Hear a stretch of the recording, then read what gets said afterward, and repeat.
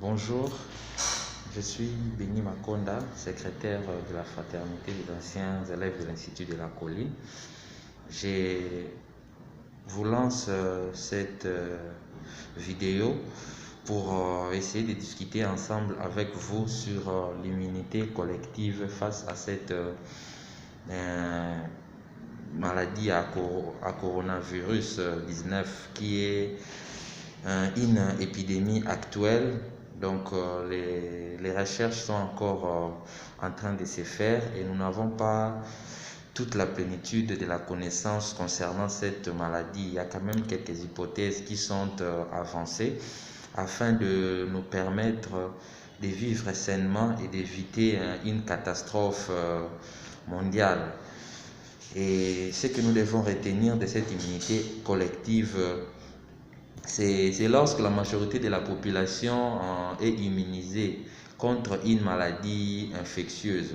C'est-à-dire que lorsque la majorité de la population peut faire face à cette maladie infectieuse en développant naturellement des anticorps qui vont détruire le virus lorsque vous entrez en contact à ces virus. Et ce n'est pas un individu qu'on considère dans l'immunité collective, c'est une immunité générale. C'est lorsque la majorité de la population a cette capacité de faire face à ces virus. Les experts parlent de plus de 50%.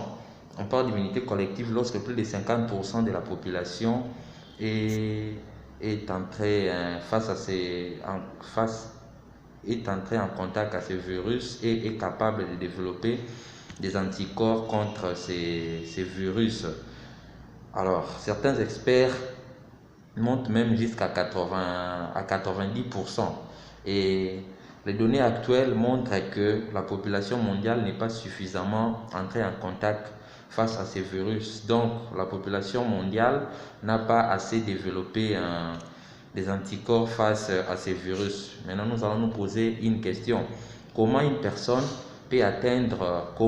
population peut atteindre cette immunité collective? Je disais tantôt qu'il y avait deux possibilités.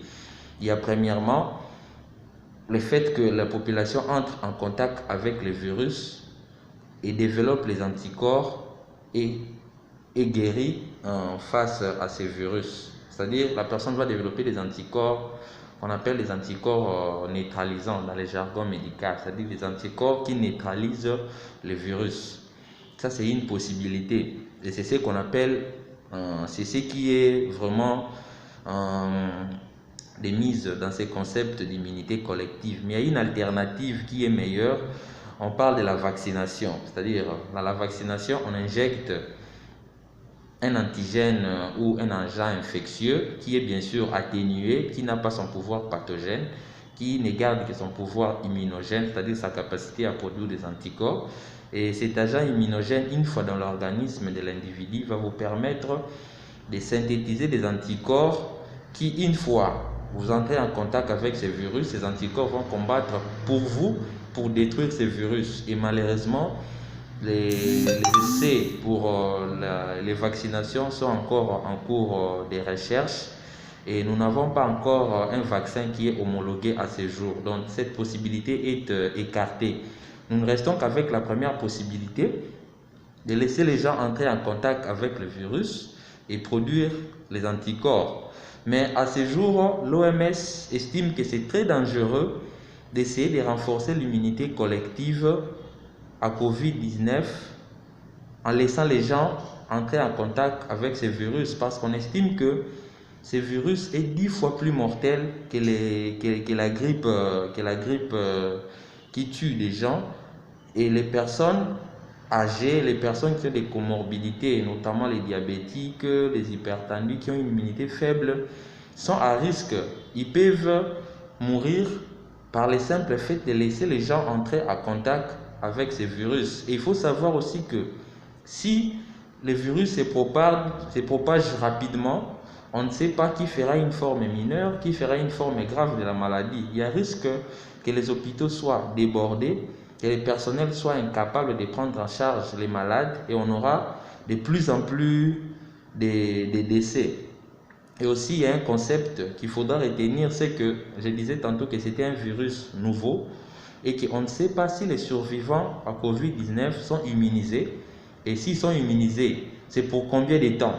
Donc on ne sait pas encore l'immunité, c'est-à-dire la mémoire n'est pas encore déterminée. Les recherches se font, les recherches continuent. D'où ce qui est stipulé aujourd'hui est que on n'a pas de vaccin.